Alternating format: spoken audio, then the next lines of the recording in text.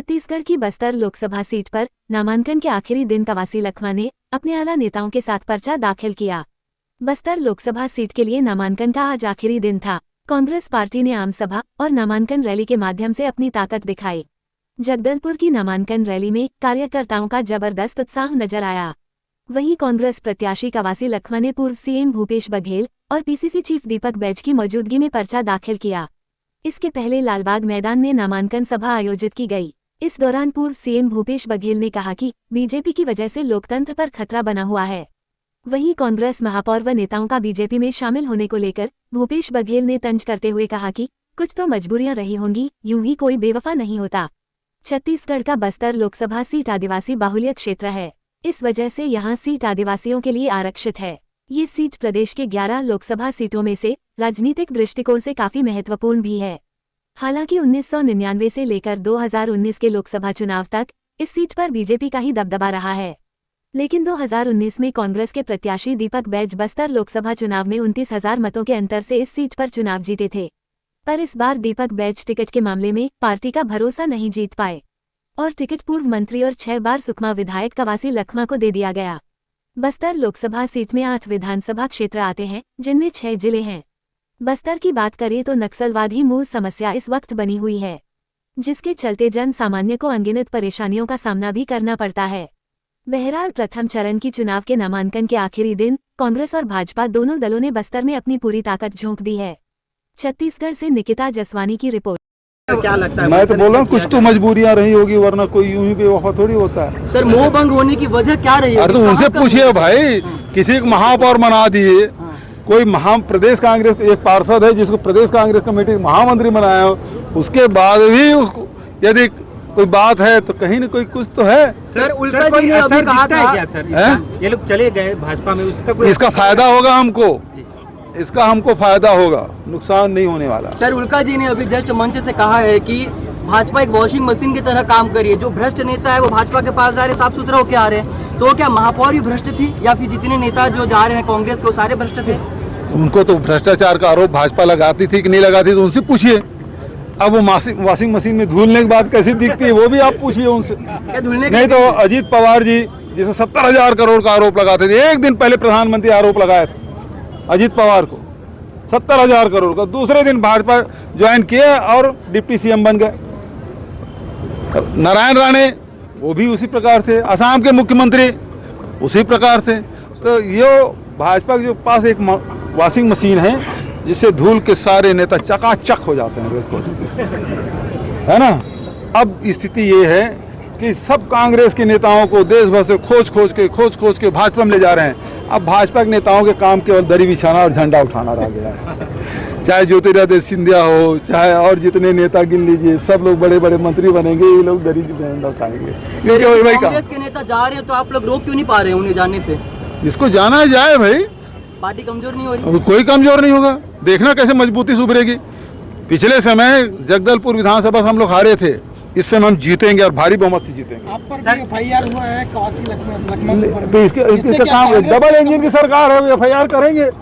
अरे एफआईआर करना है, इससे बढ़िया मामला क्या है कि आप लीकर स्कैम में दिल्ली के मुख्यमंत्री को बंद करते हैं, उस व्यक्ति की गवाही पे जो लीकर सप्लायर था, और वही व्यक्ति सुप्रीम कोर्ट के आदेश पर जो एसबीआई ने जो सूची जारी की, जब गिरफ्तार हुआ तो उसके बाद 5 करोड़ रुपया दिया, जब वो निकला तब पैसा दिया, तब बोल गया। तो 384 यदि कैंडिडेट होते हैं नोटा सहित, तो फिर बैलेट पेपर से चुनाव होगा। कल पाटन के कार्यकर्ताओं के साथ मेरी बैठक हुई थी और वहाँ कार्यकर्ताओं ने ये कहा कि ये ईवीएम बंद होना चाहिए।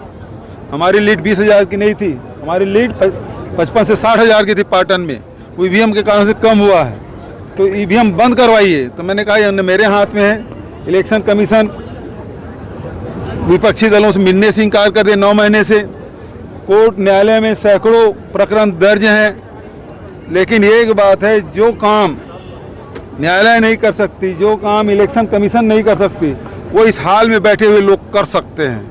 उन्होंने सवाल पूछा कैसे, यदि 384 से अधिक सदस्य एक लोकसभा में खड़े हो जाएं, तो फिर इलेक्शन कमीशन को मजबूरन वहाँ बैलेट पेपर से चुनाव कराने होंगे।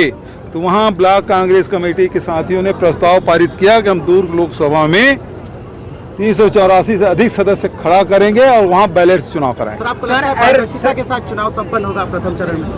देखिए, पारदर्शिता जैसी कोई बात तो दिख नहीं रही है।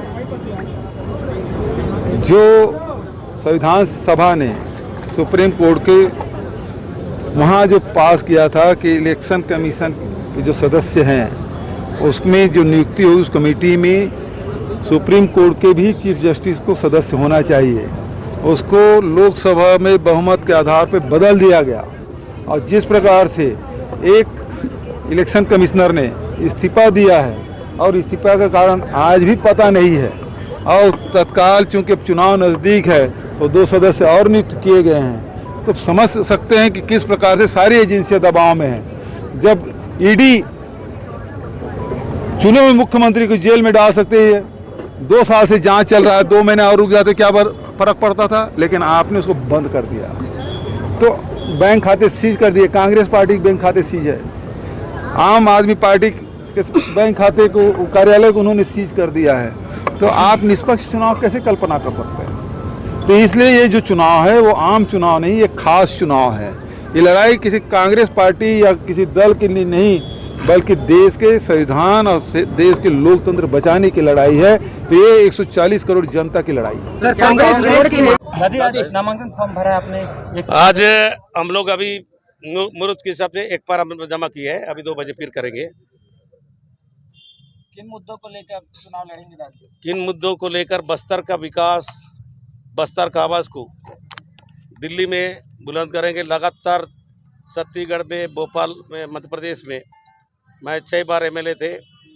बस्तर का बात को विधानसभा में उठाया, कुछ काम हुआ, कुछ काम हुआ नहीं है। दिल्ली के स्तर के कामों को हम लोग प्रमुखता से बस्तर में रेलवे हो, हवाई जहाज हो, यहाँ के बैला डीला का खदान हो, यहाँ के एनएमडीसी हो, अरे अब हमारे नगर नार हो, लगातार प्राइवेट कंपनी को दिया जा रहा है। ये प्रमुख मुद्दा होगा। और आदिवासी लोग आज पलायन कर रहे हैं, उनको प्रमुख मुद्दा होगा। ये सारे मुद्दा बस्तर में बड़े बड़े चीज़ नहीं है। रावघाट से लेकर बैला डीला से लेकर पोलावरम से लेकर हमारे एनएमडीसी का एक बड़ा मुद्दा होगा। दादी, कैसा देखते हैं मुकाबला? मुकाबला तो अगर मैदान में है तो मुकाबला सबको देखना है। उनको भी सामने वाला पार्टी डबल इंजन का सरकार का पार्टी है, उनको भी कमज़ोर नहीं समझते हैं। हम लोग अच्छा मुकाबला होगा। नया चेहरा आपके सामने? नया चेहरा हो, पुराना चेहरा हो, बीजेपी में चक्कर लड़ती, चेहरा नहीं लड़ती है। इसलिए कांग्रेस में भी हमारा कार्यकर्ता लोग एकदम कमर कसा हुआ है, क्योंकि मेरे को कोवासी लखमा का नाम से नहीं जाते, मेरे को नेता नहीं समझते, मेरे को प्यार से दादी बोलते हैं। हर व्यक्ति, चाहे जंगल में रहने वाला हो, गांव में रहने वाला हो, चाहे शहर में रहने वाला हो, मेरे को प्यार करते हैं। उसका नाम का प्यार का बदला अच्छा होगा। तुम्हारा जगदलपुर तुम्हारा दुनिया का दूसरा नंबर का क्या नाम परिवहन संघ है, तुम्हारा रानी अस्पताल है, कैसा हालत था, हम लोग सरकार रहा तो उनको सुधारने का काम किया और आगे बढ़ाएंगे। अच्छा काम लगा।